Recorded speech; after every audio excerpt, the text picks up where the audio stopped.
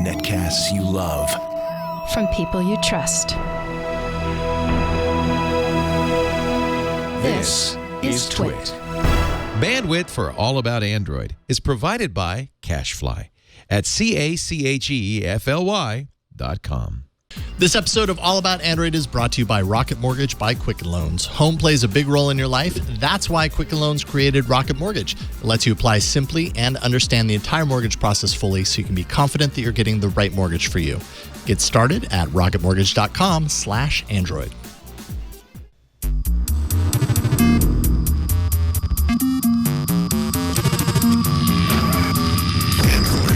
Hello and welcome to All About Android, episode 375, recorded on Tuesday, June 26th, 2018. We're your weekly source for the latest news, hardware, and apps for the Android faithful. I'm Jason Howell. And I'm Ron Richards. And I'm Ted Koppel. You are not Ted Koppel. Sorry. What? Although it would be nice to podcast with Ted Koppel. It would be great to be Ted Koppel. To be Ted Koppel would just be great. I'm pretty sure Ted Koppel's dead. Really? Then it would not be great to be Ted Koppel. No, not now. Yeah. Oh, no, he's still alive. I'm sorry. Yeah. My bad. There we go. He's still alive. Ron, you were sick last week. Welcome back. We are happy that you're feeling Thank better. you. It is good to be back as New York City goes into sunset dusk time. But yeah, feeling better. I was a little sick last week, but all set. Itching to talk about Android. Awesome. So. And we've got an awesome guest tonight. Welcoming to the show for the first time, Sherilyn Lowe from Engadget, Engadget.com. Hello. How you doing, Sherilyn? Good. Kind of hungry now that you guys have had some food. I so apologize about that. And I wish that we had it together enough to send out the Oreo cookies that we're tasting to all the guests ahead of time. But yeah, apparently we're not that good at our jobs.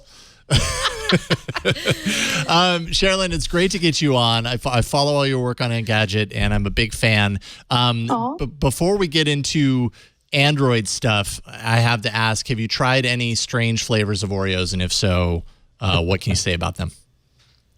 None. I am the safest Oreo eater there is. Wow. Just give me the regular. I don't even do double stuff or the thin ones. I just go for the regular classics because classics are the best. Yeah. They are the benchmark. They are a 10. Yeah, I think the classic Oreos are the only ones to score 10. All Oreos to. Yep. To that Oreo. And that is the Oreo that Android was named after. So just to put that in perspective. Right. Not pumpkin spice Oreo. Oh, thankfully. No. No birthday cake Oreo. Not popping Oreos. Yes. And it's a good thing. Well, Sherilyn, it's great to have you on. We're going to talk all about all topics within the realm of Android and something outside of that in a second. But we've got we're going to be talking about app signatures for APKs, easier Google account controls, the Huawei MediaPad M5. Flo, you brought that in for kind of a first look. I did. The Blackberry Key 2, which I have a first look on. I got it just this afternoon. Instagram has a 4-way video chat now. Fallout versus Westworld, your emails, and a whole lot more. That's a jam-packed show. Before we get into that, though, Sherilyn, you very recently, I think today or yesterday, was this today, you posted Amazon Echo Look review, and I know it's not Android, but this is a this is a curiosity in the realm of Echo products. It's a different product. It's a very different type of product. I'm very curious to hear kind of your summary. What your experience with the Echo Look? What did you think? Yeah, it did go up today, the review. This thing had just become widely available. It's been, available a limited set of Amazon users, I guess, for a while now. So it's not brand new, but like you said, it's not an Echo speaker so much as it's an Echo camera. It takes full-length pictures of you, and you can just trigger it by asking, I can't say the hot word because all the speakers in my room will go off. But asking Amazon's assistant to take a photo, and it has these 4 LED bulbs on the front of it that will light up your picture. It applies kind of an artificial blur bokeh to make you stand out. And then the Echo Look app, is supposed to judge your outfits and tell you if there's something that will pair better with that top or that bottom that you've got on. It's got a bunch of features. One of them is called Style Check, and Style Check has you put 2 of the pictures you've taken of 2 different outfits and then let Amazon's algorithm determine which one looks better. So for me, it was more like, okay, which top goes better with this skirt? I put 2 pictures through to the system, and it often came back something that I didn't like as much. Those are pictures of me doing my best America's Next Top Model pose. Thank you very much. Want to be on top? Yeah, there you go. Always. And yeah, I mean, it's based on factors that Amazon explains are like fit or color or like, you know, how well these pieces complement each other. And I found that a little problematic just personally. I don't want an algorithm that's written by people to determine what a good shape necessarily might mean. Right. Whether it's an hourglass figure, whether someone who's a little, you know, pear-shaped. It depends. Everyone looks a little bit different. I don't want like someone else determining what's good. So I don't know. I'm a little iffy about that. Other than that, though, I am in love with this thing because I take a lot of photos. And, you know, it's nice getting like something that will take full-length photos of you every day if you're someone like me. Yeah. It's hard to take full-length photos. I can never take one of myself. And if I do, usually it's my dirty laundry in the background, and I can't share that to the internet. Do you have any worries about, like, I know that some of the worries initially when this was announced was, okay, great, an internet connected camera that exists in, like, is designed to kind of exist in your bedroom where you get changed that you can demonstrate and put on these different outfits and everything like that.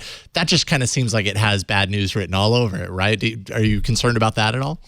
Of course. One thing I said in the review was that there's no actual physical shutter to cover the lens on this. So you're going to have to use, you know, tape the way I use for my webcam, which is a disgrace. But then there's also the fact that all the pictures you take sort of exist in the cloud. And when you want to use another of the features, which is style suggestions, you have to basically opt into this program, which is nice. It's opt-in, not mandatory. But then once you do that, all of the pictures you've taken with the Echo Look are shared with these stylists, and you have to manually go in and exclude pictures you don't like. So if you were having, you know, an off day or something, and you don't want the looks in that or on that particular day shared with all the stylists, you're gonna have to go in and curate yourself, like which ones to be excluded.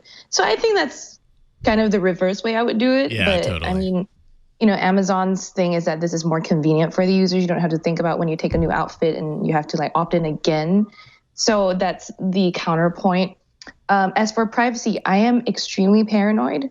So given there are a lot of like rogue cameras in I have a smart home camera and I have the Echo Look now, I just refuse to like be totally naked in any space that has any camera in it.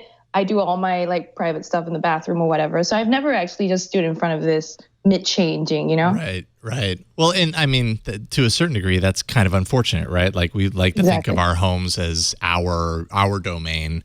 And from there's some benefit, there's some value to making our homes smarter, as you will learn from Flo and Megan on Know How in a couple of weeks. July 5th, the day after Independence Day. But you know, with that smart homifying of our our domains comes with it this kind of discomfort level of like, well, I can't do that anymore, right? I have to actually change my behavior in my own place. If I want that to exist in my house. I guess that's a choice everybody has to make. It's just kind of too bad.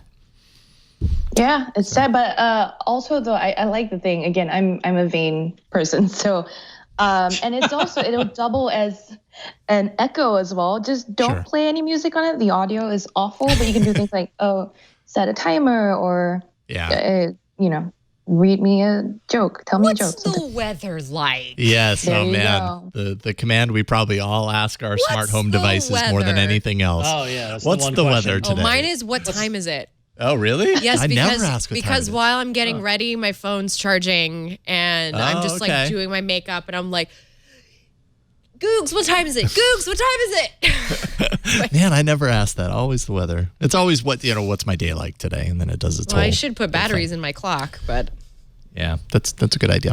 I'll go in better. Cool. Well, if you guys want to know about the Echo Look, check out Sherilyn's write-up on Engadget. Did post today, and all of your other great work is there as well. Let's dive into the news. If you're ready for it, Victor, it's time for the news. Android news is like a full-body selfie without the dirty laundry. Well, maybe. Nice. On the fly. Well, I don't have any dirty laundry for you, but there's some concerns over what's going on with the Play Store, and now that we've sort of have. Well, it's not exactly DRM. So the Play Store has what are now called app signatures. So not exactly DRM, and no, sideloading is not in danger. So here's what's going on. A new feature rolled out last week that will add metadata to APK files once signed by the developer. This metadata proves that the APK originated from the Play Store, not from the internet or some other, well, I mean, technically that is the internet, but not from some wary source on the internet or someone's, backyard, backdoor app store, wherever you're getting them. Buy one, get one half off. APK Signature Scheme version 2 was initially introduced in Android 7.0 and allows for this extra level of verification. And Google says that this allows for apps obtained via peer-to-peer sharing to be validated with confidence and to allow them to still be updated via the Play Store. So kind of like tracking where this is coming from to make sure that it didn't come from some crazy den of some person who's trying to just ruin everything for everybody. There is some worry that this could be considered DRM and that the operating system might someday block apps without that metadata, but there's no evidence that supports that just yet. So it's kind of like let's think about this as a watermark than thinking about this as like, tying you to the post DRM. Like this isn't a goat tied to the post. Right. This is a free range cow that is tagged on the ear so that you know which farm it came from. The goat reference was not necessary. Mateo is nowhere really near went this there, episode. and I just decided to commit to it. I did. I like it, though. I like the commitment. This is a good thing, I think, right? Like, I think that there are the fears of DRM, and DRM is a bad word to a lot of people. It implies control or rejecting things that don't qualify, but this isn't necessarily doing this. This is just extra information. What do you think about this kind of extra level of detail, Sherilyn? Yeah, no, I think the analogy that Flo gave was pretty good, right? It's just a watermark that tells you its provenance. We all could use some apps that we trust more nowadays, especially. I am curious as to how this is going to work on, like you said, like third-party, but legitimate app stores like Amazon Underground, or if Amazon's app store will have something like that. I don't know. I mean, I don't know the full, like, how this will work and really how most app stores work. So I don't want to go there too deep. But in general, I'm not too worried. I think this will either work itself out or just be a good thing. Yeah, that's an interesting question. Like, I know that the developer would have to actually alter their code in order to flag this kind of Play Store, part of the code in there. I'm guessing that the APK that they upload to the Play Store would be different from the APK that they upload to the Amazon App Store. Or maybe not. Maybe it exists on those APKs as like a general piece of metadata that can coexist, and it's stamped from. Well, if it's Google Play metadata, then I would assume it's not going to be a part of the whatever's in the Kindle, like the Amazon App Store package. So then there's an app that exists on the Play Store. The same app exists on the Amazon App Store. The APK on the Amazon App Store wouldn't have that metadata on it. No. So that ends up being the APK that gets shared around that you have less trust in because that metadata doesn't exist there. I don't know. I feel like. I don't know. It's kind of confusing. Yeah, those apps have to be. Those Amazon apps have to be optimized for Amazon's like the method that you'd pay, in-app payments. Right, it's its own system. Whatever it's got going on there. But this is a good way to tell whether this stuff is coming from the Play Store. Like, for instance, when I try to sideload Pokemon the card game online onto a phone, it's a tablet-only app.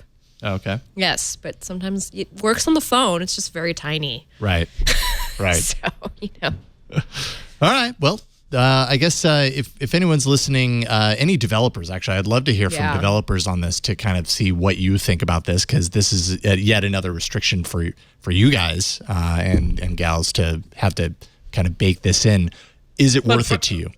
Yeah, but I gotta imagine that it's gonna see the value of doing that in Google's eyes. Sure. Because really it's about that consumer trust and all stuff like that. So any developer who's anti it, I'd be very curious to hear what the negative opinion of it is. Right, what the reason is behind that. Yeah, for sure. Yeah. Let's see here. Google is clearing things up, working on cleaning up its account management process on Android first. So this is one of those times where desktop and iOS aren't going to get this for a while, but Android gets it first. They've updated Google account interface for Android. Categories have been renamed across the board. They've really kind of gotten in there and worked with the flow of how this is set up. So often you dive into, and I've noticed this myself, dive into Google account settings, and it's just a tree upon tree of information and sections, and some of these load immediately, and some of them seem to jump to a separate web page, and it gets really confusing and really mucked up super fast. So they've kind of renamed and sorted things a little bit better, made it a lot more visual on the mobile screen, added search, which, hey, surprise, a search company added a better search into their product. And, so instead of having to know exactly where to go to find it, you just do the search for the thing you're looking for, and it'll take you right there. Indexing? That's just what we do. Hey, wait a minute. We are that company. Yep. And also alerts that will trigger when Google notices that there are areas or shortfalls within your settings in ways like privacy considerations. So, for example, removing your account from an old phone. Your account still exists on an old phone. You haven't used that phone in a while. Maybe it'll pop something up and say, hey, maybe you don't need to do that anymore. So clarifying these things. We're in such a time right now of privacy awareness and everything. So, Google is among the really large companies that's very easy for users to get super confused as far as what their data actually, what it's actually doing. This is a way to control it. So I don't see anything bad about that. What is your data doing? What's your data doing, really? Seriously. Email. All right, we got an email. Brett wrote in and says, on the many forums I follow, including Reddit and Samsung's own forum, there has been a mass rejection by Samsung of trade-in devices for people who purchased devices many months ago. Everyone got the rejections on about the same day earlier this week and were charged $200 to $400 for their denied trade-ins. I had 2 rejections, which were totally inaccurate, including a claim one device didn't power on. I'm really hoping this outcry gets some steam on the Android front. There have been horror stories of trade-in rejections in the past, but to have a sudden denial of so many devices at the same time, so long after they were sent in, is fishy to me. So this is definitely something stinks in Samsung land. Yeah, this is interesting. Rotten fish. So this is in relation to Samsung's trade-in system program, whatever you want to call it, that they announced. I don't know if they started it last year with the last year's generation of products, but basically very modern phones, and you can trade them in, and given all of these requirements are satisfied, you get a trade-in value that you're quoted online prior to sending them your device. Google does the same thing. But like I did a search on this prior to before the show, and it seems like a lot of people complaining about sending in their phone, knowing for a fact that it was in perfect working order, and then hearing back from Samsung to say, no, this doesn't work, that doesn't work. And the problem is that they say in their terms of service, if you check out their FAQ, they say if it's deemed ineligible for trade, Samsung will value it at $25, charge you the trade-in credit that was applied to the purchase of what you got, so the S9, S9 Plus, whatever. That trade-in credit, suddenly you get charged for the difference, minus the $25 value, and then your old device cannot and will not be returned to you. So people who send it in saying, well, this is in perfect working order, expecting to get that trade-in value, and then they're told, no, this wasn't working, so therefore you're not getting it, and you're not getting your phone back. They're out of luck. That's what's super sketchy, is that when the phone is in working order, you send it, and then you hear back that they're saying that it's not, but you have no way. It's like their word against yours, and there's no proof or anything like that. That's not cool. That's not very good at all. That's the challenge. Yeah. I don't know, Sherilyn. What do you think about this? I mean, obviously, it's really hard to validate, right? Like that becomes the really big issue here. Is how do you know that Samsung was right when they said it? Also, how do you know that you might not? You might be wrong. I am entitled enough to just want to ask for them to give me proof. Yeah. Just be like, what do you mean? Show me a video. You should have taken a video when you received it too. I mean, and I think, some of the advice that you guys are giving here is to, on the user's part, document everything before you send it in. And that's, again, me as a paranoid freak, I would do that. Yeah. But also, it just sounds like those terms of agreements for the $25 valuation of a phone that just is deemed ineligible. That sounds like a ripoff if it were anything like an S8 or up. So I don't know, it sounds like pretty shady. I would ask Samsung for an answer if you were stuck in this situation. Yeah, I imagine if enough people were complaining about this, it would put the burden on Samsung to have to prove it to some degree. But of course, they're spelling this all out in the terms of service. So of course, they're giving themselves the ultimate out on this. The TOS. I know. The dreaded TOS. Always terms and conditions come around and bite you. Put a clause in there. It doesn't matter what happens. If all your hair burns off, it's not our problem. Yes. That South Park episode. Well, and Samsung has been known to burn off people's hair. Oh, yeah, that's right. Yeah, it's true. It's very true. Well, it's true. It's in I their actually history. forgot for a second until you reminded me. Thank you. You could also choose not to send it into Samsung. Like there are other ways to do this. Best Buy has a trade-in program where you can take it in. And when you're doing that, like you're there during that process, right? Like you're both seeing it in its condition. You don't have to make the decision to buy with the trade-in assumed and then send your device away. You're there making the trade-in, and you can kind of go over it with them. And, oh, hey, the power button doesn't actually work. Never mind. I won't do this, and maybe you change your plan then. So maybe that's another option. I don't think it helps Brett. But Twit advertiser, I don't know if they're still an advertiser, but Gazelle. Yes. That's another option as well, too. If you want to send in your smartphone and get a new phone, trade it in for a new one. I haven't heard any cases of them rejecting. They seem to be pretty reputable, long-time advertiser. So, yeah. Gazelle, definitely a sponsor on the Twit network. So you have options. I mean, you don't have options after the fact, and that's the real big bummer is that once you send it out, if you didn't, like Sherilyn said, take pictures of everything, take videos of everything prior to sending it off. And even that might not protect you fully, right? Like they could even say, well, yeah, maybe you shot that video 2 weeks before and then the power button broke and you sent it to us. So it's your word against ours. It absolutely is. It's a real big And then that's risk when you go, look at the metadata on my video that I sent you. And actually, you can't just make that stuff up. How deep do you want to go? Because, just document everything. Also, if you're sending stuff in, then there's also the danger that it got damaged in the mail, which has happened before to me. So that just is, don't do something that's sent in. Like Jason said, take it in person. Yeah, if possible. Just sell it. I just sell it to somebody in person. I just try to find somebody who wants it off of me. Do you do like the Craigslist thing? I do Burke. Oh, okay. I take a power drill and I drill it through the CPU and everything, and then I throw it in the river. No one gets this, and no one gets mine. You tie a boulder to it, and then drop it in the river so that it. Well, the hole in the drive just really solidifies the hole. Ron is hiding something. Man, Ron just really does not want anyone to have access to his phone. Listen, you never know. You never know. In this day and age, you can never be too careful. It's sensitive information. All right, let's take a break and thank the sponsor of this episode, and then we will get into some really cool hardware stuff. This episode of All About Android is brought to you by Rocket Mortgage, by Quicken Loans. If you've been through the mortgage process, I've been through the mortgage process. It's not the most fun process in the world. There are a whole lot of ways that it wasn't keeping up with the times. It was dated. It needed a client-focused technological revolution, and that's why Quicken Loans created Rocket Mortgage. Rocket Mortgage gives you the confidence that you need when it comes to buying a home or even refinancing your existing home loan. It's simple. It allows you to fully understand all the details and be confident that you're getting the right mortgage for you.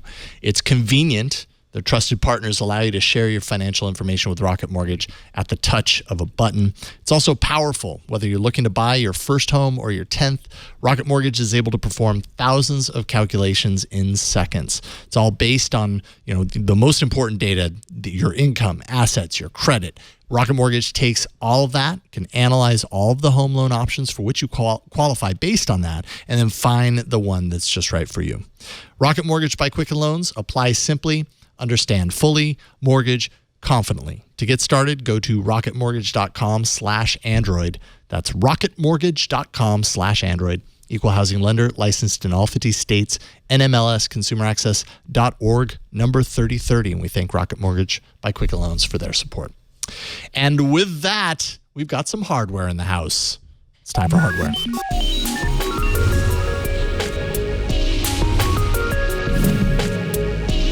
We do have some hardware in the house, but we're not going to get to that yet. Ron's going to take the thing that we don't actually have in the house yet. Talk about some hypothetical hardware.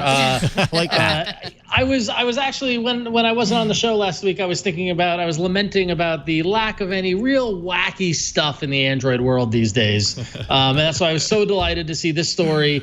We often argue about iPhone, iOS, Android, which one's better, which one. Why can't you not have both? Not both. Now I feel like we've talked about this product already. Yeah, probably. Or it's been out there in the world, but this is a iPhone case that has an Android device running on the back of it.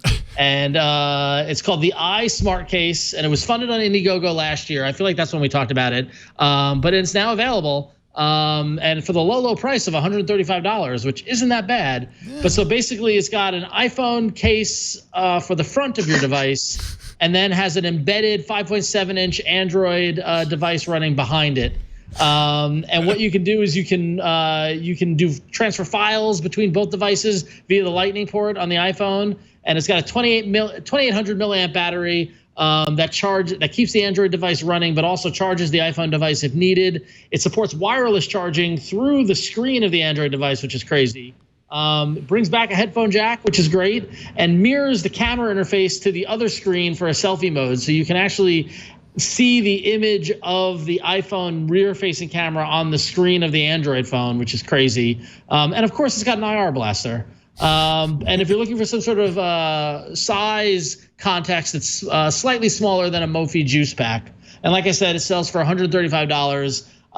In the video here that we're running here that ran on iMore, this is a prototype unit that was actually running, I think, Android 6. But it claims it's going to run Android Oreo. It's going to be up to date running that.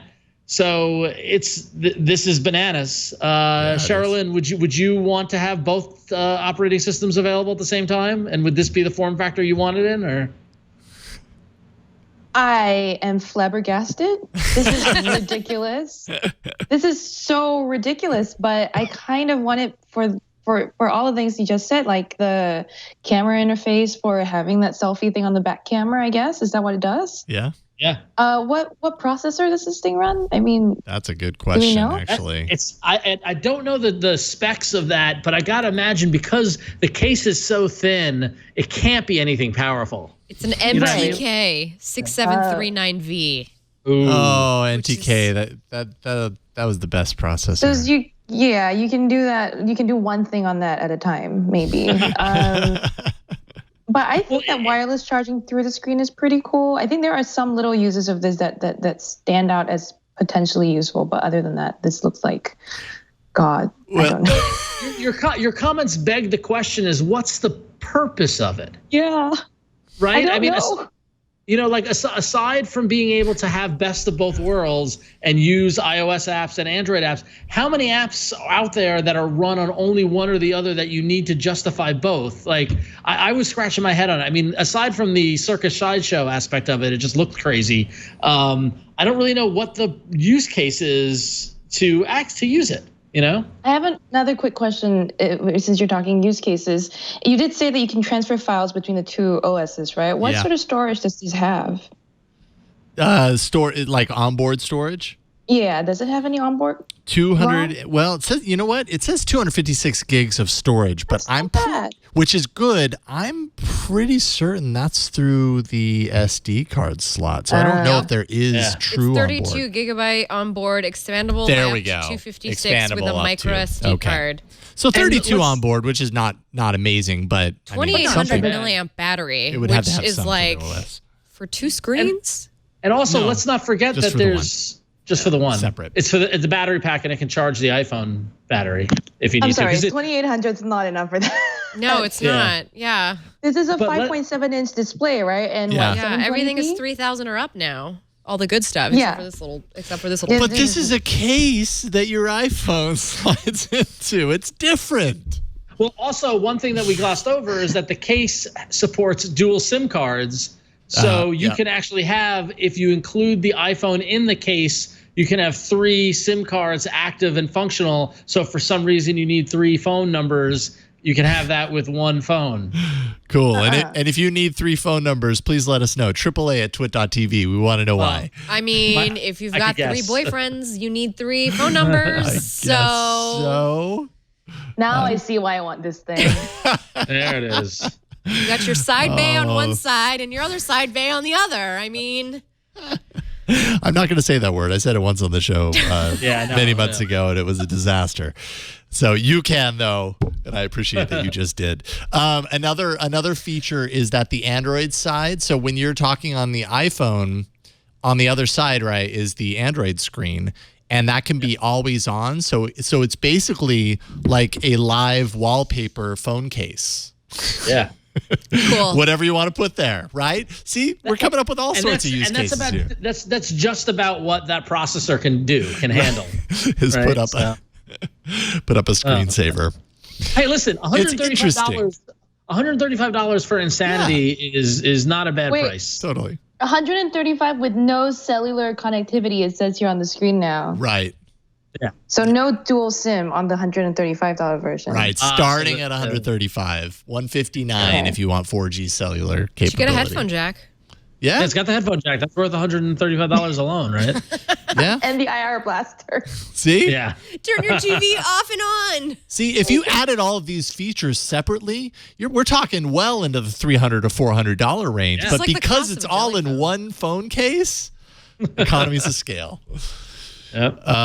Excellent. All right. Good. So I guess we're not getting that. Are we going to get the Huawei MediaPad M5 Flo? Or it's probably too soon to tell. Our viewer Mohammed might. Oh, that's true. Okay, read the email first. So This is a we've good actually, intro. before we go into the next hardware block, we've actually got an email that's related. So let's start it off with this email from our viewer, maybe listener Mohammed, regarding the sad state of Android tablets. I'm not able to locate a suitable Android tablet today, which I need primarily for media consumption. I'm not able to find one that actually ships with Android Oreo. I'm really shocked by this given that we are close to the public release of the next version of the operating system. And even the newest top-of-the-line $400 Samsung tablet comes with 7.0. Even the Asus Zen Tab that I think Ron recently replaced his old Nexus tablet with only comes with Marshmallow.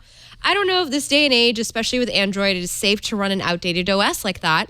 I thought about the Asus Chrome OS tablet that was announced recently, but that seems to be only available for education. So, which is why Huawei offered us a review unit of this MediaPad M5. This is the 8-inch one.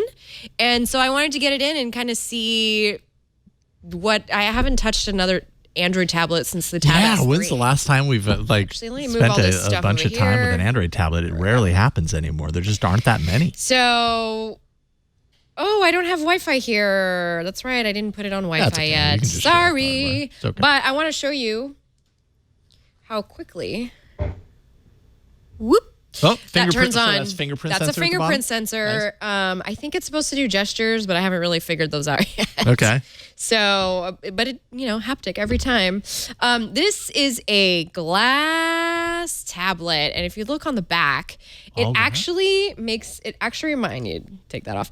It actually reminds me a little bit of the Nexus 7. Oh, okay. the back of the Nexus 7 a little bit. I don't know. Maybe I'm trying too hard there.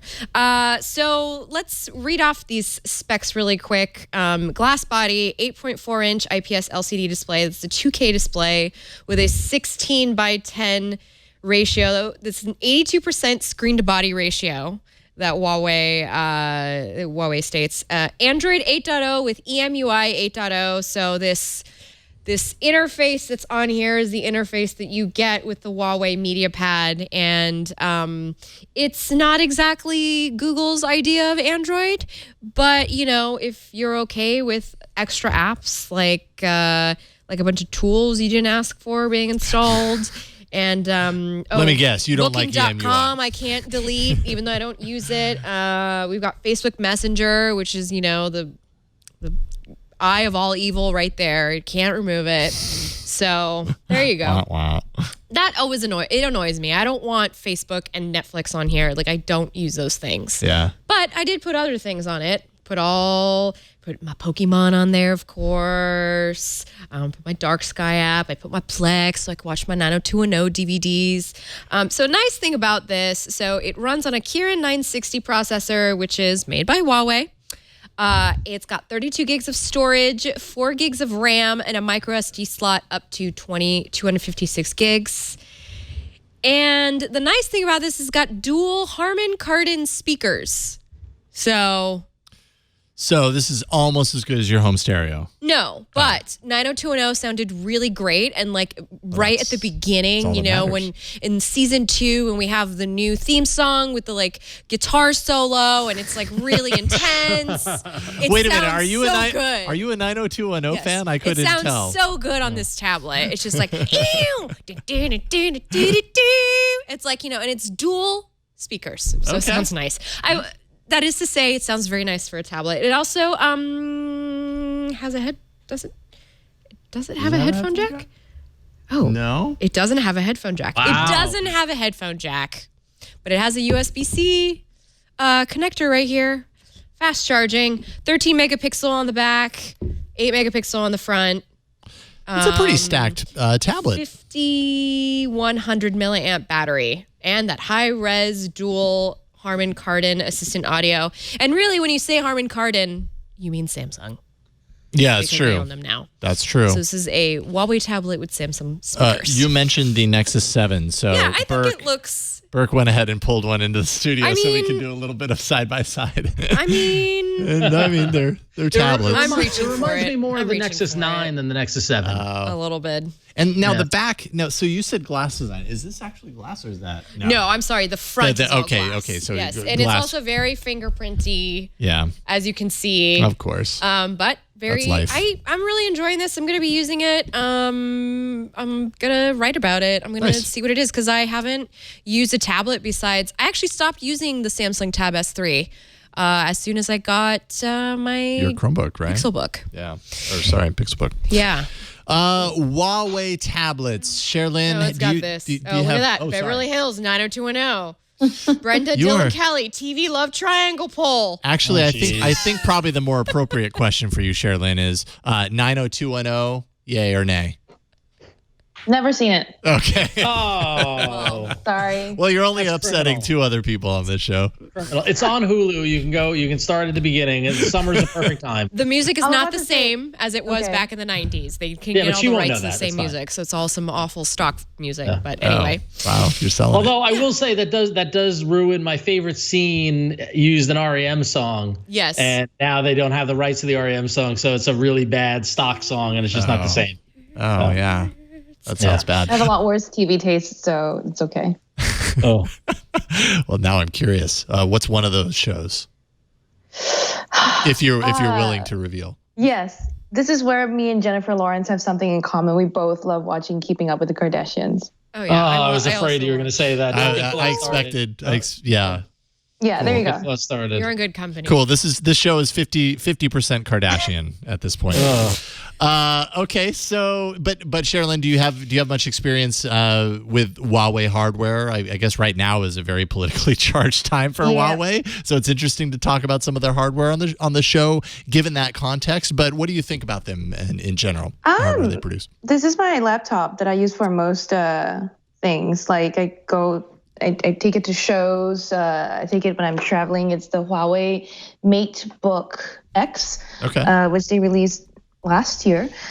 They make really good hardware. Huawei makes really good hardware. They do kind of need to step up their software. EMUI has its flaws. It's improving on its phones. I'm not sure what the tablet experience is like. I did get the MediaPad, both the 8 and 10-inch versions, because they actually had that at MWC this year.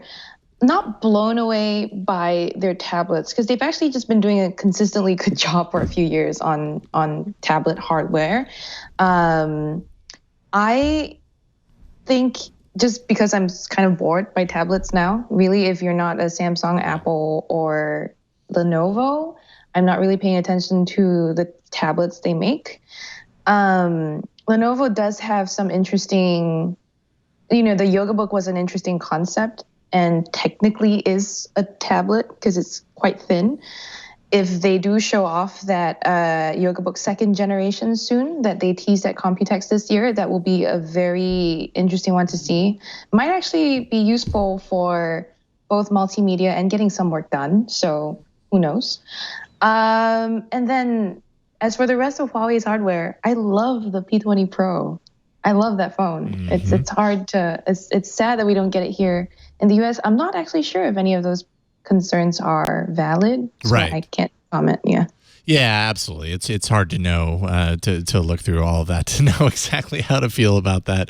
It's just a strange time right now. But I would agree. Their hardware is always very impressive. I mean, they are a dominant force when it comes to mobile, phones in particular, and then also tablets worldwide. They are. It's just they have a tricky situation here in the United States, to say the very least.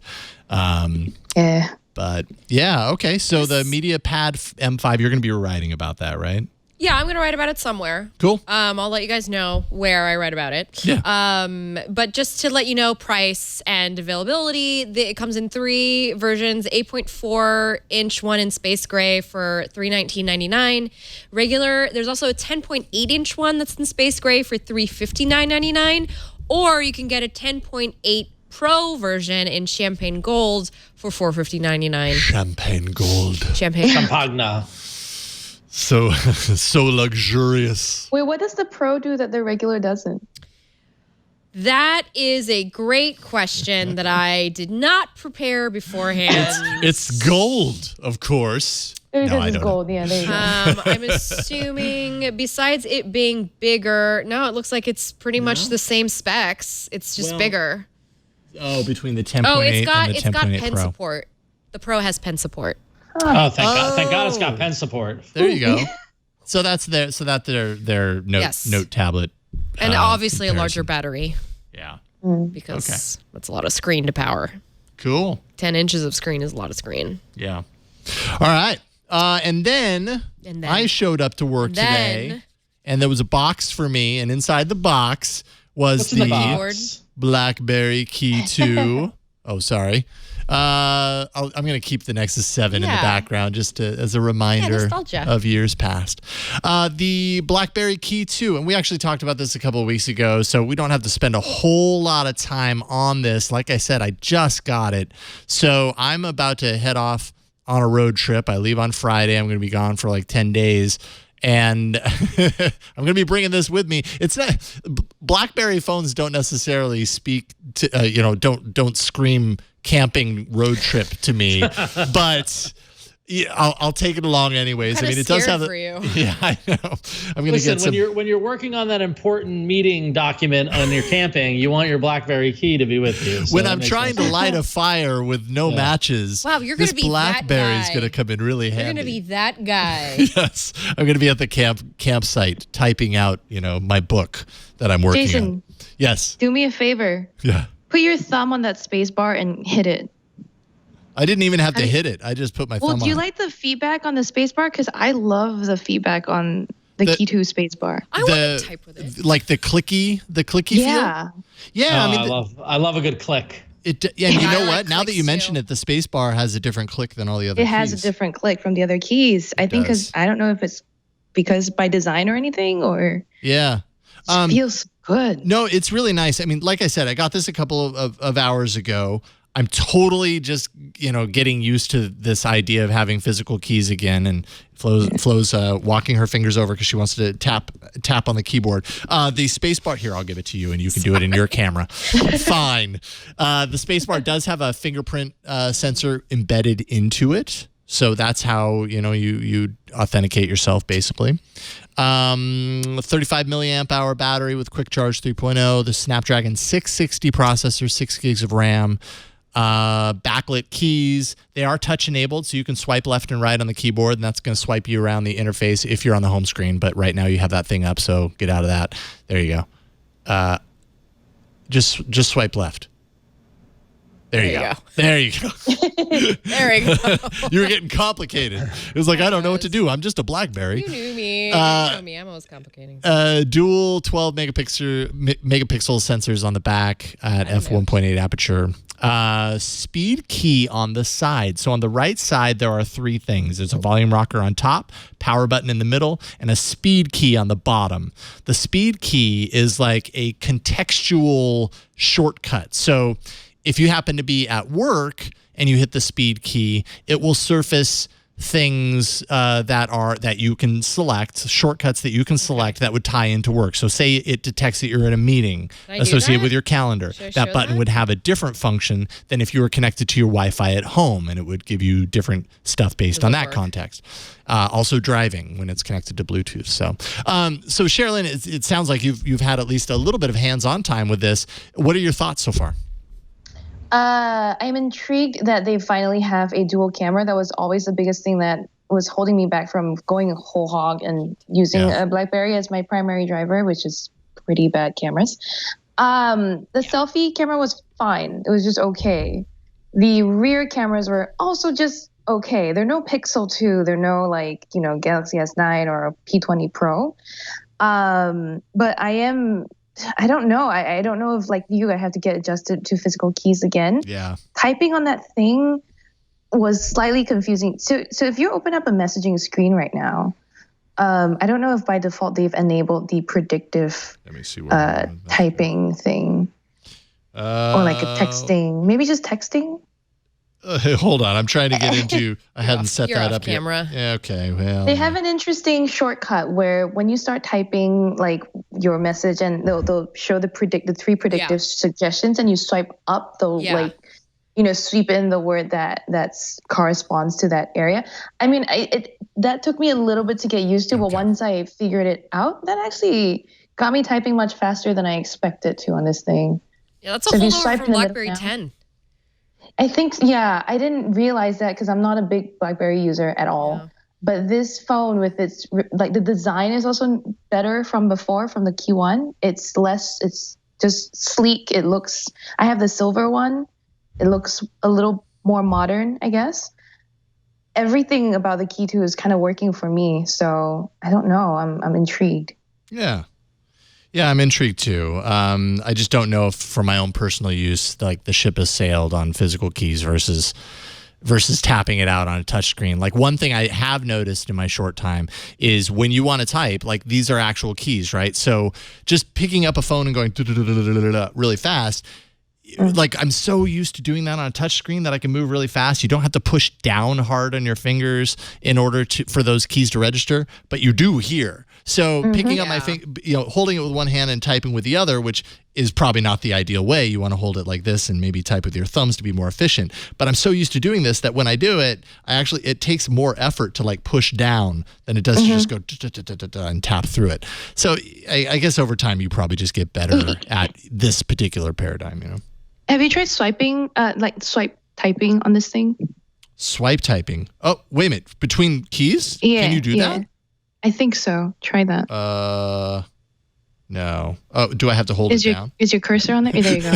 Oh, you don't have to. I'm swiping. Look, I'm typing so fast. It's supposed to work. I think you might have to enable something. I'm not sure 100%, but yeah, I might have to. I'll have to play around with that. Yeah. Man, that would be weird swiping on a actual physical keyboard. I don't know about that. That's going to take some. And then there's a universal shortcut key. Okay. That's obviously thinking too. But yeah, you have fun with it. I've got a lot to figure out, I think, on my camping trip sitting in front of the campfire. Are you going to do a review when you get back? I will shoot a review sitting in front of the campfire. Yeah. No, I will not do that. Shoot it. Yeah. Oh, well, then that'll be a completely different video, and she'll want it to be posted on YouTube. I will definitely review this when I get back. It's the review, I'm guessing, is probably going to end up on the screensavers. I will definitely check in on this here when I get back as far as my experience while I'm I want to hear how you feel with it out in the dirt world because physical keys and dirt the don't stock seem photos like associated with Blackberry are, a person who's very sharply dressed and is in a city with their latte and they're running from meeting to meeting and, I've really got that meeting. I've got an important campfire to get to. Yes. Whereas, I'm very curious because I found that I enjoy taking my Pixel 2 out to the world because it's light, it's easy to cart around. I don't, worry if it gets dirty. I just wipe it off. But I'm very curious. How do you feel with physical keys in the world? Yeah. Outside of the city. I will say it's been more than a decade since I had a phone with a physical keyboard, and every now and then I do miss it. Like before Android, I was on Windows Phone with my HTC with the slide-out keyboard, and I love that thing, man. It was great. I feel like they made keyboards different back then, though, because this keyboard just doesn't feel the same as all those other QWERTYs I've used over the years. To be honest, it's too small. I want to bring back this keyboard the size of the screen that slides out. I know it makes it thicker, but like Moto Droid. Yeah, exactly. Droid. I'm not sure. Actually, all these keys can be assigned shortcuts, it looks like. So that's kind of nice. Cool. You could set it up, really customize it. The Blackberry Key 2. All right, let's transition from the hardware into the apps. Was I right to give you the Instagram story, Flo?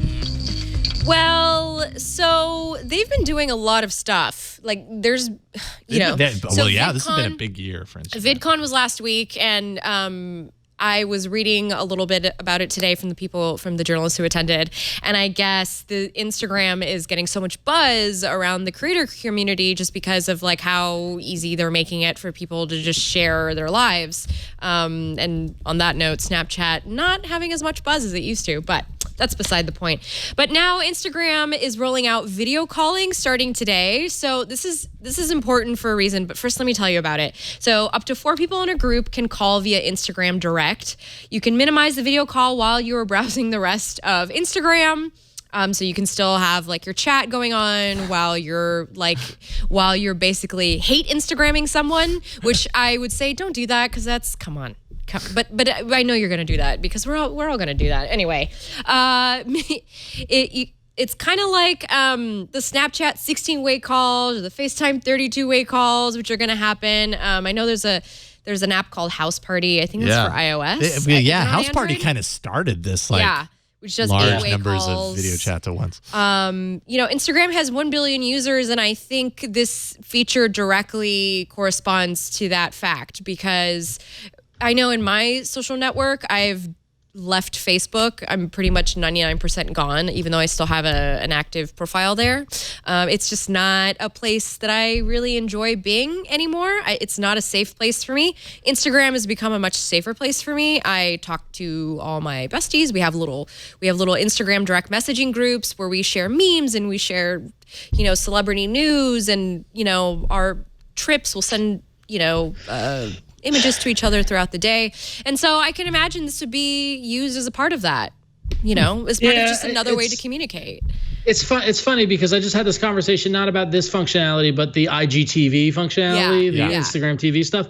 And on one hand, it's kind of like, listen, Instagram was great because it did this singular thing, right? It was a great place to see photos, and it slowly degraded and Me Too'd its way, by adding stories. But the thing is that Stories has provided some great entertainment, some good. It's a different kind of format, that sort of thing. The TV thing and this 4-way group video chat thing. me, like, I'm never going to use this. I've no desire to group video chat with people, but that's fine. So I just don't use it. Like IGTV, I don't want to scroll through more video, especially portrait size video. And so the conversation I was having this past weekend is like, all right, so just don't use it, right? And that argument between functionality you don't like in an app and getting all mad that they're adding it and changing your app, or just saying, oh, this isn't for me, and just let it collect dust, but I do think to a certain degree, Instagram is doing a little too much with the app. And you got to remember the singular purpose of what that app was for and what made it so great. So I agree. Yeah. It is definitely like opening up with the new icons. It's very busy. It's like, there's so much going on, and now I feel just as overwhelmed. I'm starting to feel that overwhelming feeling that I feel when I get on Facebook. It's, once Facebook went downhill for me when it started to get really busy. I was there in the college days. And it did everything. And everything more. I don't want it to do everything. I want it to do a couple of things really darn well. I want a social network to do that. I want my phone does that. It does a couple of things really darn well. Those things that I rely on, taking photos and calling people, whatever. Instagram doesn't have to do everything. It really doesn't. And Facebook, this is just...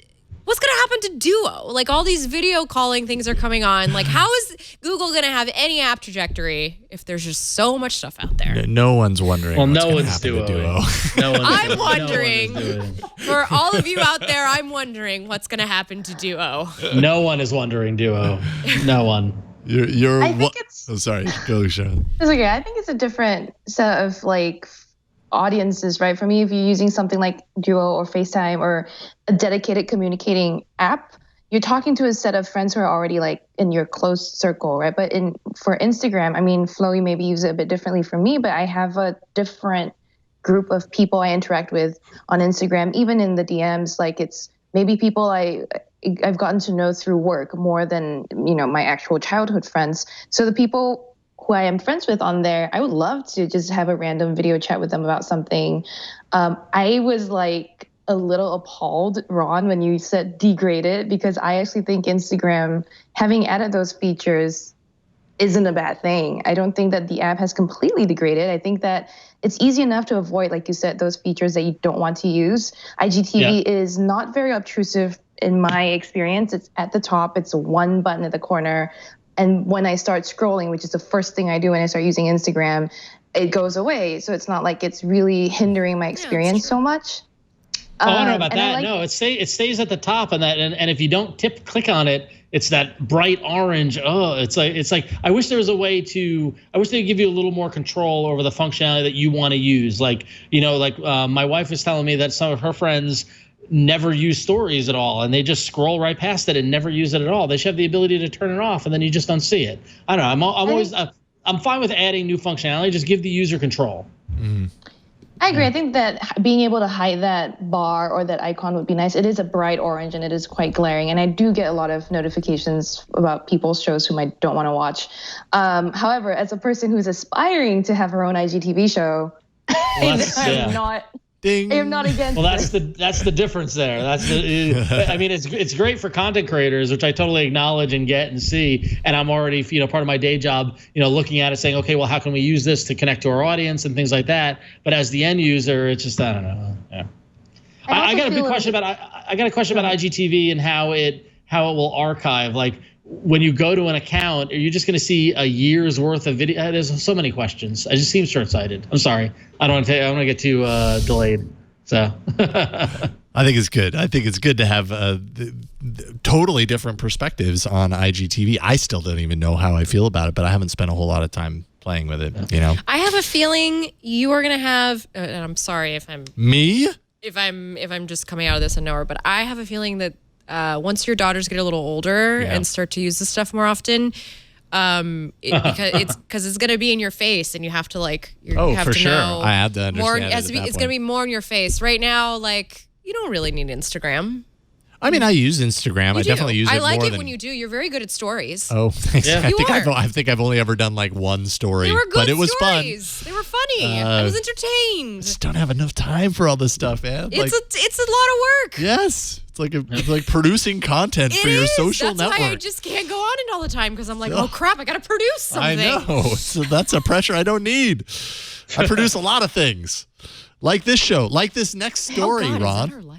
Oh. Well, yeah. So last week I missed the show, and the biggest regret I had for missing it was not being able to talk to you guys about the Google Podcast app, the much ballyhooed awaited podcast app. And in a nutshell, my opinion was it was very underwhelming. And I was actually a little disappointed, and then I would hope that Google has lots of updates in the queue to make it actually something more than just a standard podcast player you can get from the Google Play Store. And here we are a week later, and they're already starting to roll out new functionality. So clearly Google gets it. They want to get something to market. That's fine. But these new features that are coming in the beta version of the Google app, a new trim silence feature for podcasts is going to be available or is available. So you can trim that silence, and it works on downloaded and stream podcasts, which honestly, it makes sense on downloaded, but to also do it to streaming podcasts is pretty cool. That's the Google, the Google foo that I want to see. Yes. And the biggest thing I thought was missing was the lack of Chromecast or Cast support, and supposedly Cast support is coming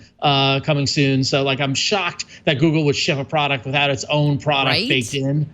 But what are you gonna do? Yeah. But yeah, the underwhelmingness of the Google podcast, I was very anti it last week. But after the events of this week, I can see that they're gonna add to it, and it's gonna keep evolving. Maybe in a few months, it becomes something to be reckoned with. At this point, I just think there's so much opportunity with it for discovery and being able to detect. Okay, you search for these things. Here are podcasts you're into. Like combining that whole Google magic with podcasts, I'd love to see it. But we'll see. But last week when you guys talked about it, you talked about the idea of being able to help fund or help support creators. And Google Podcasts does allow for embedding a donate button on the show page. I don't know how you do it. I can't figure out how you do it, but it's possible. I was just gonna say, as a content creator, we need to figure this out quick. So that's for sure. But that's cool that they are figuring out ways to support podcasters, because that's the biggest challenge for podcasters. A lot, thousands and thousands of independent content creators, they need some level of support. And Mark Heath posted on Google Plus, said that the app Satchel, which I'd never heard of before, I hadn't heard of it allows users to contribute to the podcast's Patreon accounts. So you can link your Patreon account directly to your account on Satchel, which now I need to add to my list to figure out how to do that as well too. So, so still, I'm not using Google Podcasts as my daily driver yet. I'm still on Pocket Casts, but I'm keeping an eye on these updates. So, cool stuff. Podcast listener, like, do you listen to a lot of podcasts, Sherilyn? And if so, did Google Podcasts fill any shortcomings of other ones? I listen to it. Currently, I listen to a grand total of one podcast. Awesome. And that is, which one? Is it it better not be a Kardashian one. No, but it also starts with a K. It's the Kind of Funny podcast where they do Marvel Cinematic Universe and X-Men Cinematic Universe movies in review. And they do a new one a week, so it's freaking awesome. Nice. It's the best thing ever. But I listen to that through Spotify. And so as a basic podcast listener, that's enough for me. Yeah. I have Pocket Casts downloaded, but I don't use it. Yeah. Well, I'd be curious then from that perspective, because I feel like we all listen to so many podcasts that we're so used to. I ditched radio for podcasts. Yeah, totally. I ditched radio years ago. Yeah. Well, you want to hear what's sad is that looking at my Pocket Cast right now, I have 3, 6, 9, 12, 15 shows with unlistened episodes. And you listen to them all every week? Well, no, but that's how many I'm behind on. Like on WTF, I've got 24 unlistened episodes that I've kept in there that I like. You're these like are someday. Someday I'll get to them. The summer when there's no TV to watch, I'll get to them. I don't know. Sad. Sure. Okay. And finally, I thought this was kind of interesting. I heard about this game. Hilarious. Has anyone played the new Westworld game? No. I started and then I just didn't get past the introduction. Yeah. Sometimes those onboarding introductions take a while. Anyone also played the old Fallout Shelter game and maybe notice any striking similarities between the two? Had you ever played Fallout Shelter? No.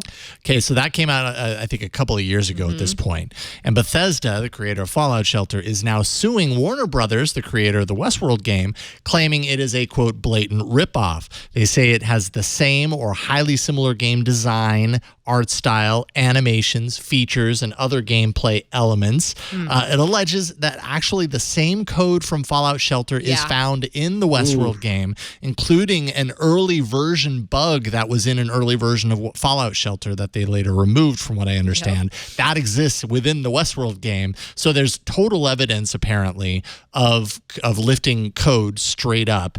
And, from that perspective, copying something like game mechanics and stuff, that's really hard to act upon legally. But copying code outright, like that is a no-no. That's crazy. Exactly like Fallout Shelter. Yeah, there are ways in which it does. There are a lot of games on the Play Store that look and play very similarly, like all of those jeweled games, and there's so many games that do this. So it's hard to say, well, you can't have a similar game mechanic to our game, even if we did it, something very unique.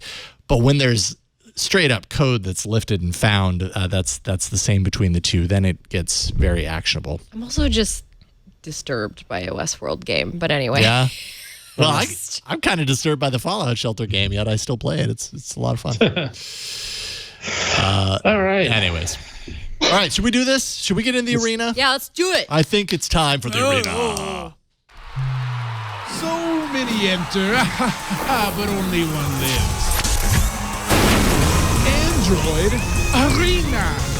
All right, we will move through this because we got a time to hit here. Get some sleepy East Coasters. That's right. Yeah, okay, last week's episode 374, twit.to/AAA poll 374. You voted for your favorite app of that week last week, and Ron, you were out, so you don't get any points for last week. That's going to hurt you a little bit. It's a bummer. Satellite tracker number 1, 55%. Way to go, nice. Flo. Yeah, I mean, resounding win.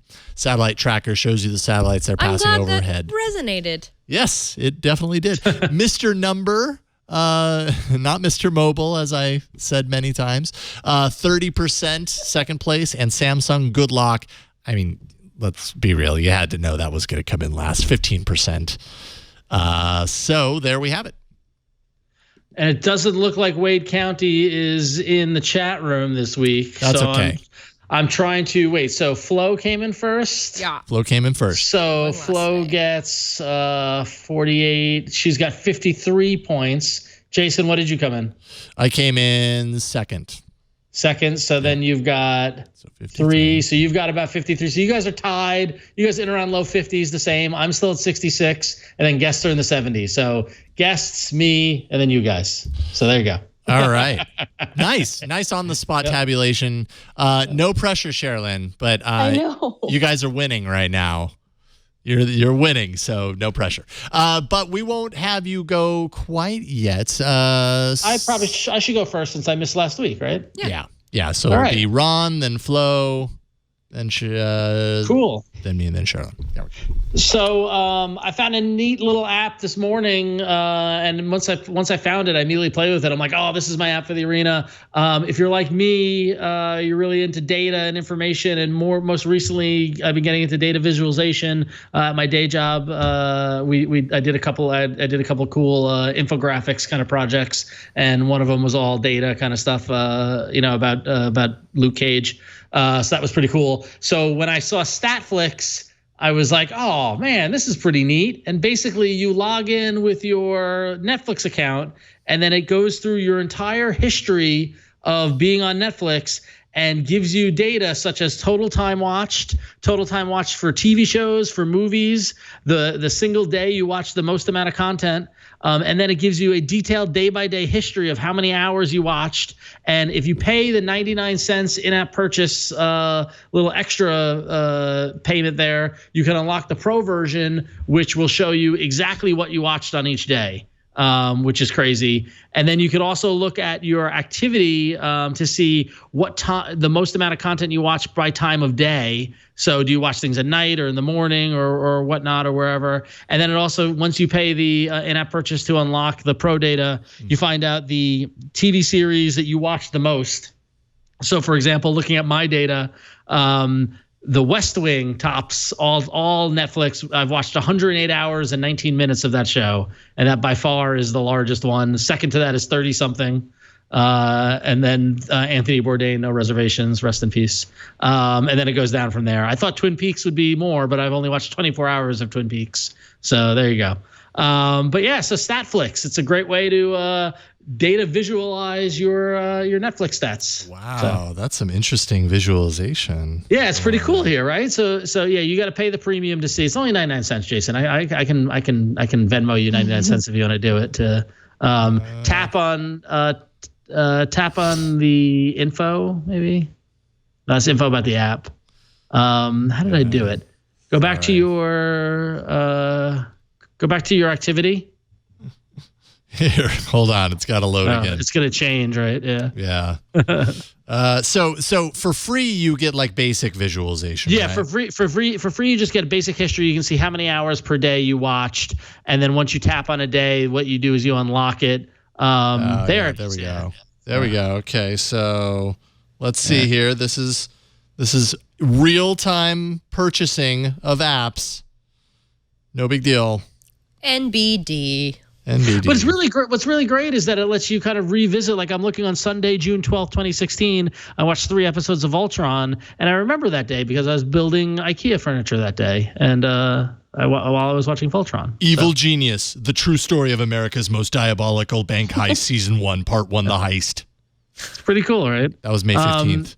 If you go to your activity, you can see on the bottom nav, you can see time of day that you watch. Okay. And then if you tap series, you can see all the series and how much. Yeah, very focused on the 10 o'clock. I mean, seriously, that's the only time in my life that I ever watch TV is like between 10 and 11. That's just all I got. Very neat. Yeah, and awesome. For me, it goes all the way back to 2008. So I've got nearly 10 years of data in here, which is always fun to play with. That is really neat. I love it. I would love for it to export, to be able to export data. But you can export with sharing. But I don't know how much data it actually does on the export because I haven't played with it that much. But yeah. So I want to know what's crazy is I remember this day. Just based on the videos, on the movies. Before Christmas, National Lampoon's Christmas Vacation, Private Parts, and Ghostbusters. I was down in the basement of the house building my daughter's dollhouse for Christmas. Nice. And I just set Netflix up, and it took me a long time. Yeah, that took you a while. That's a lot of movies. Well, and I think at the end I just ended up watching, when I was done. But I totally remember this specific day. It's weird that I tapped into it. That's really cool. Statflix. Yeah, very cool. Love it. Netflix, free in the Google Play Store and 99 cents to unlock the premium features to see actually what you literally watched on a single day. So that is neat. Awesome. Yeah. This is an app that I didn't know existed until we got a dog. Why would I know it existed? Because it's dog related until I got a dog. Well, that's why. We had to go out of town. And we realized that putting our dog in like an actual service around town is really expensive. It's also kind of very expensive if you want your dog to actually have a lot of like free range life sort of experience, playing with other dogs, that sort of stuff. A lot of times you end up getting like, oh, we'll take them out for an hour and they'll run around with dogs. And then the rest of the time they're just like, in like a little cage. And depending on how you feel about your dog, you might decide, hey, I don't actually like that. I like my dog to have more of a free range life when they're not with me. So there is an app and service called Rover, and basically this is kind of it's kind of like Airbnb or it's a sharing economy app essentially. And what you can do is you can find people in your area. So dog boarding, I'll go ahead in this section. People in your area that are willing to watch your dog. They're rated by other users. Everybody sets their own price per night, as you can see here.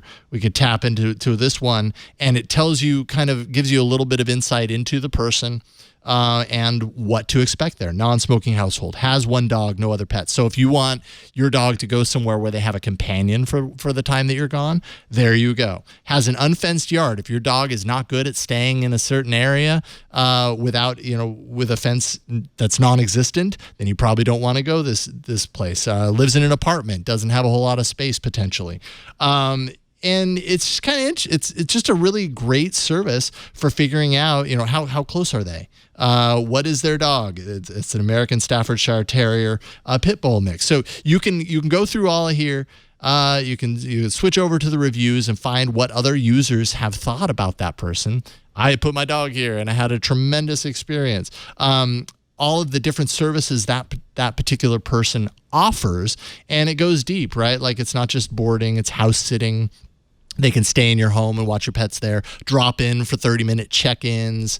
And how much is it for a drop-in? I have to imagine it's less than, $15, $20, $17, that sort of stuff. Doggy daycare, in the sitter's home, drop off for the day, pick them up at the end, dog walking. All this stuff is arranged here. And you can actually also go in here and become a sitter or a walker for dogs and make money on the side. It's kind of your side hustle. Involves dogs. That's pretty awesome.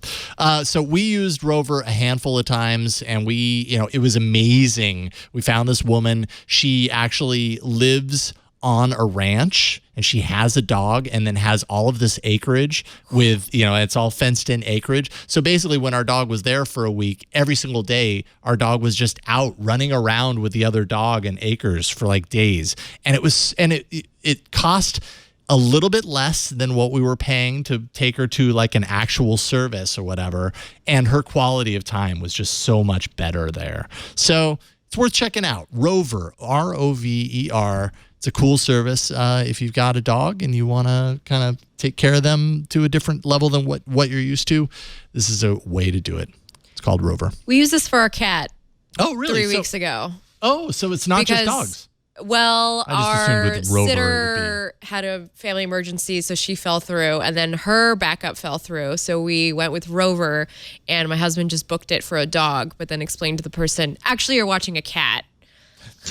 So, and it worked out. It's like I'm happy that worked out. That's a little bit of a bait switch. Our cat has special needs, so we needed somebody. But yeah, and they like leave you a picture on there to let you so you can see how the animal's doing every day. Oh yeah, we got totally. Yeah. We got photos throughout the day of like, hey, check out Sugar. I need photos. Like you got to send me photos. I need to know that you saw my animal, that she was up and about. Yeah. Yeah, awesome. So check it out. It's called Rover.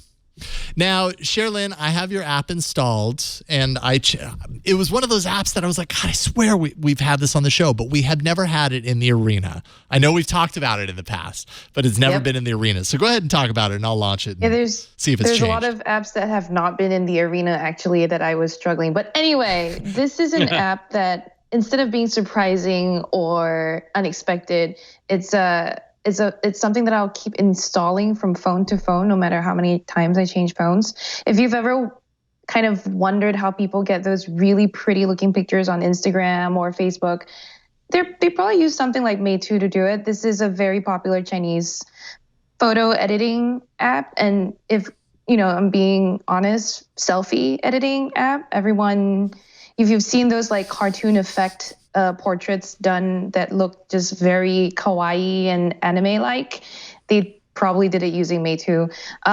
There's a lot of different sections to this app. You start out with what I believe Jason is playing with now, which is the selfie camera. It can do anything from live effects like these very Snapchat-style masks, I think, at some point. You can add stickers. You can do anything that's wild and wacky, but you can also use it for more like subtle edits. And it doesn't just have to be selfies. If you've got a landscape that you just want to, add a pretty filter on, you can also do that. I personally like Meitu the most because it's got a really good library of filters that are similar to VSCO. Mm-hmm. But there's just such a greater range of options in there.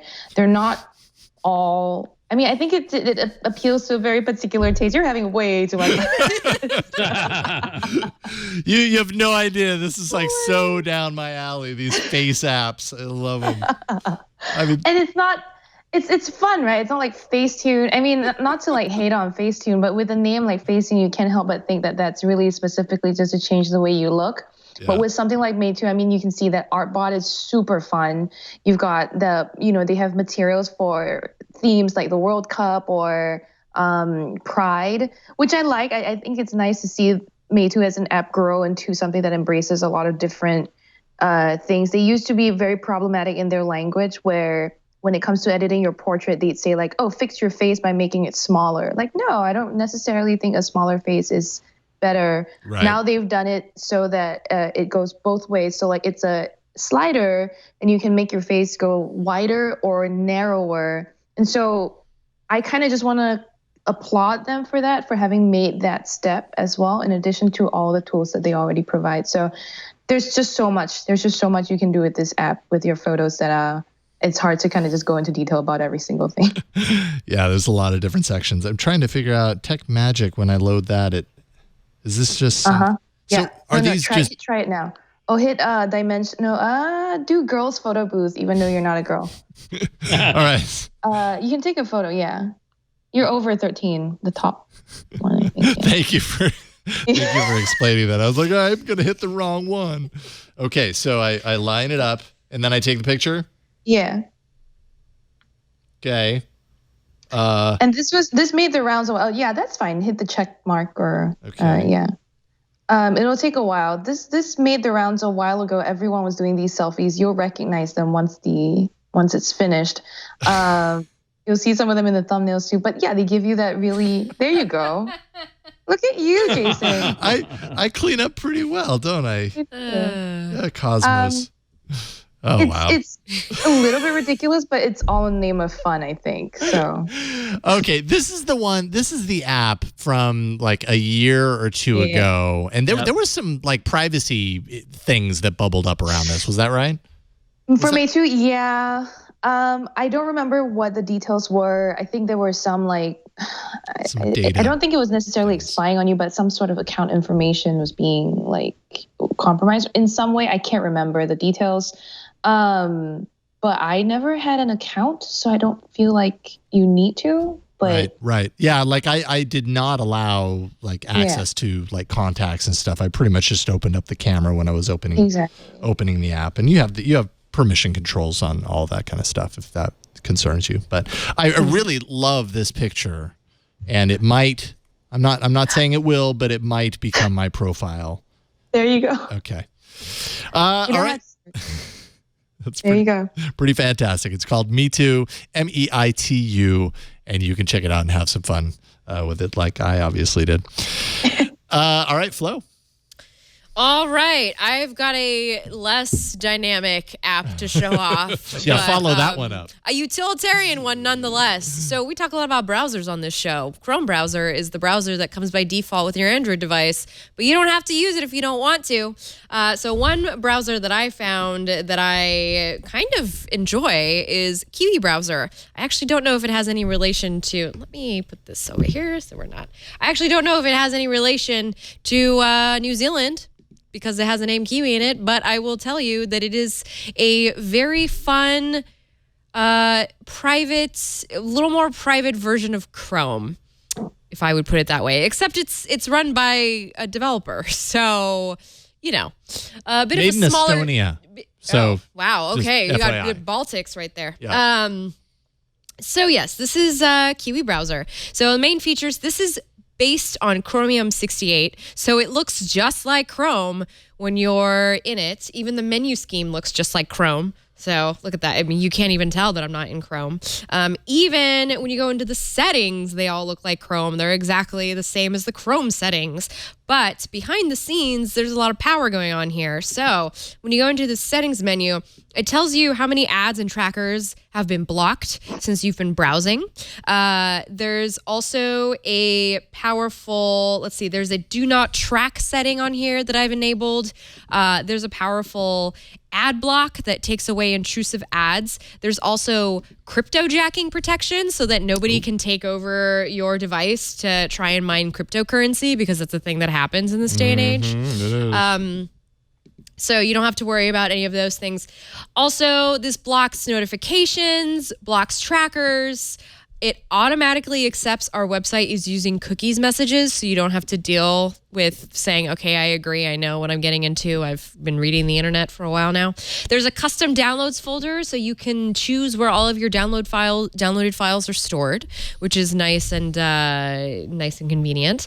And it also, one other thing that it does that I haven't tested myself is that it plays videos and music even with the screen is off. So if you've got a website that you like to stream from, you can just stream from that in the background and then listen to the audio without worry that it's going to shut off when you shut your phone off, so you don't have to leave your screen on. It's free. It's very new. It's still being developed, but it's got a good 4.6 score. I've been using it for about a week, and it was updated less than 10 days ago. So this is constantly being bettered. Being improved is the Kiwi browser. Oh, also, one more thing I want to show you. Night mode! Yay! Ooh, nice. Darker interface. That's all. Yeah. What were you going to say, Sherilyn? I was going to say, are we allowed to ask questions in Arena? I have no idea. Sure. Yes. Sure, go for it. Can you, since this is based on Chrome, right? Can you like sign into your Google account and have all your like logins and your history kind of ported over, or? So this actually saves differently.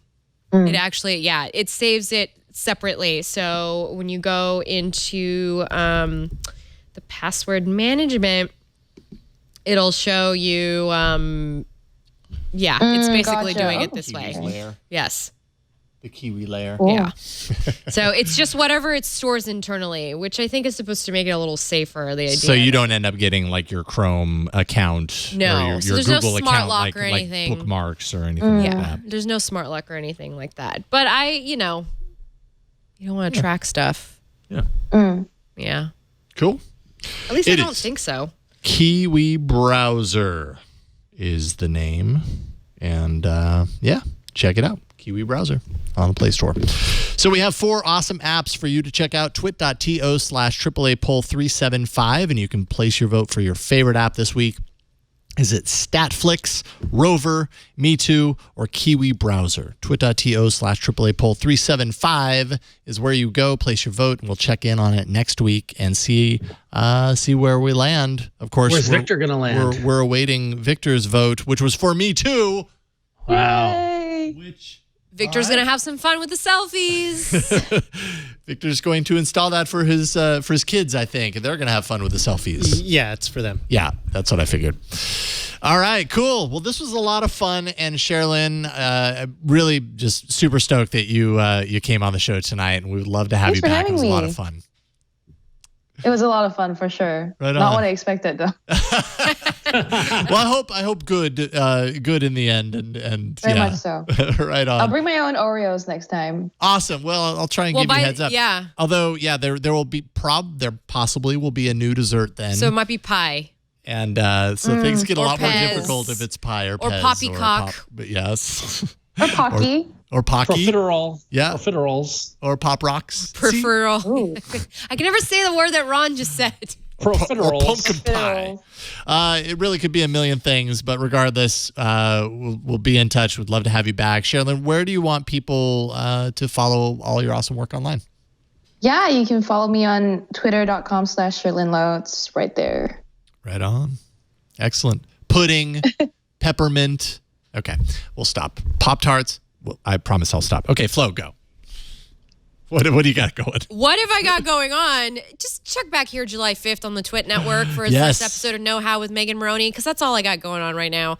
I'm actually taking a couple days off this week because, quite frankly, I want to. So Yeah. And you can Good. when you're a freelancer. But when I get back, we film our first episode of Know How, so Fantastic. All on smart home all on smart home. and Yep. IoT and all that stuff. Yes, the Internet of Things. Of Things, THANG. As Megan and I have taken to calling it, the I like Internet of it. Things. I like it.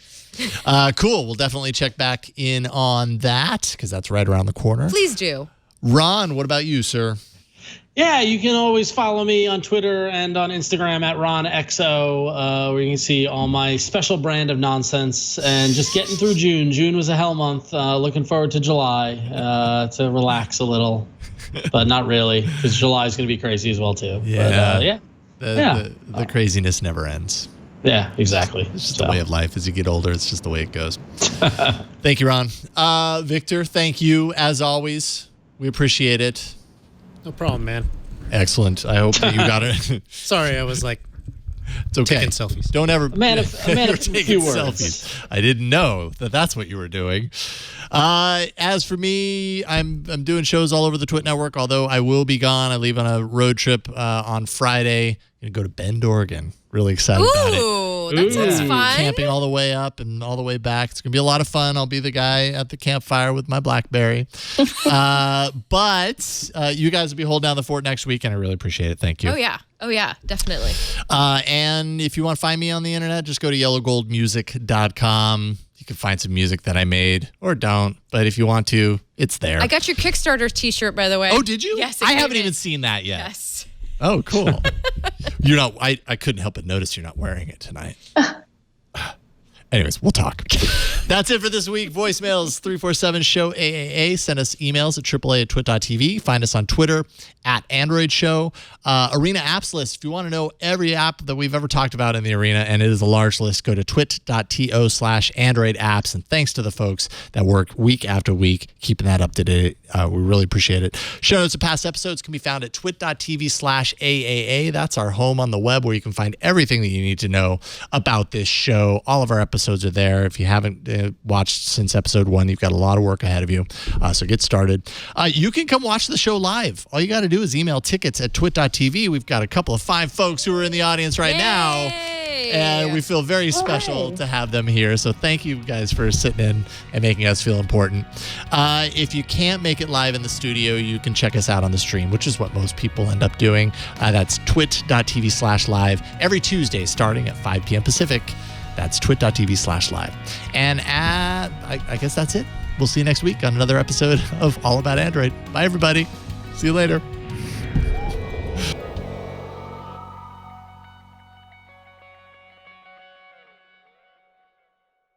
So let's do this real quick. Let's get this started. It's time to taste some Oreos. We do this at the beginning of the show, and then it ends up at the end of the show. It's complicated. This week, we have a new flavor. A new thin flavor called salted. Ooh. Is it caramel or caramel? What do you guys say? Whatever it is, it's better than last week's disgusting pumpkin spice expired Oreos. I'm going to vote caramel. Caramel? Because there's two. Yeah, it's C-A-R-A. So is M-E-L. caramel and caramel, are they two different things? Yeah. Carmel is a city in California. Yeah, but sometimes I say, oh, it's got caramel in it. And so am I wrong? I'm probably wrong. I think we should spend the weekend in Caramel. All right, fine. Your point is well taken. Here you go, Flo. This is salted caramel. They are thins for some reason. But, thins isn't necessarily bad. It's just different. Is there actual salt and sodium in the ingredients? Is it a salty? Let's see here. I don't see any. It smells caramelly. I don't see any chunks of salt. But that doesn't mean that it isn't salted. No sea salt? Yeah, exactly. All right, I'm digging in. That'd be nice. Okay, we're going to dig in. The silence as they eat. Sherilyn, this is so we've been tasting Oreos since the new Android version was named Oreo. And once they're done tasting it, they'll provide their rating for us. And you can see can I have another one? You can see the previous ratings at twit.to/Oreo. Is that right, Jason? Yep, twit.to/Oreo. You can see all the Oreo flavors that have been rated. All right, so initial These are really feedback. yummy. Yeah, these are really great. These are really good. This is a really good flavor. Where's your little hand over there? Oh. Yes, welcome to the strange vortex that is all about Android. Don't call attention to the hand. Goodbye, hand. Take these Oreos. Leave me a few. You want these Oreos, hand. Yeah. You want these Oreos. God. Leave me a few for later. What are our impressions here? Wow, that's a really tasty yummy. cookie. I got to say, that's one of my favorites. I'm putting this whole thing in my mouth. What is the caramel salt ratio flavoring? Light on salt, I'd say. Yeah, more caramel. More on caramel. Yeah. Could be saltier. Maybe the connoisseur would pop them open, sprinkle on a little sea salt. I don't know. If you're doing that, you're crazy. It's hard for me to give anything a 10. I would probably give it a 9. This is right up there. This is really good. Yeah, I give it a 9 as well. I would totally get a package of those. I also give it a 9. It was so good, and I had 2 of them. Yeah, I finished it. Like I had 3 separate bites of the cookie, and I finished it. And I don't normally do that with the cookies we bring on the show. So, yeah, I say big and little thumbs up. Wow, go get yourself a pack of these. I think they're at the grocery store right now. So this is a current flavor. I can't remember when I got these. I know they're not expired. I think I saw them recently. Okay, pick them up. The biggest question is how much packaging did they come in, Jason? Well, I got these. Well, no, I did get these. Did I get these shipped? I don't think I got these at the grocery store. Every package of Oreos that I've received, other than the popcorn or whatever. These were launched Oreos last year. Came in normal packaging. Okay. So these were last year? These were launched last year. But you can still get them. Yes, but you can still get them as new. Okay, good. Yeah. So they're in production. All right. But they were introduced contrary last year. Contrary to pumpkin spice. Hello, welcome back. Hello. Pumpkin spice we did not like. Oh, it was awful. However, I came back to work the next day. I meant to like throw them out because they were totally expired and they were not good. And yeah, they were almost all gone. And everybody was like, I love those Oreos from last night. I was like, what is going on here? This is weird. Anyways, all right. And also just from a Google search, there is a pronunciation guide on Google for caramel. So it's caramel. Caramel. Okay. Please have some Oreos. They are really delicious. Okay. All right. You just ate dinner.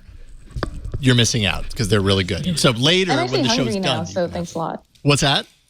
I'm actually hungry now watching you guys. Sorry. Have you eaten dinner already, though? No. No. Oh my goodness. That's even worse. I'm sorry. That's worse.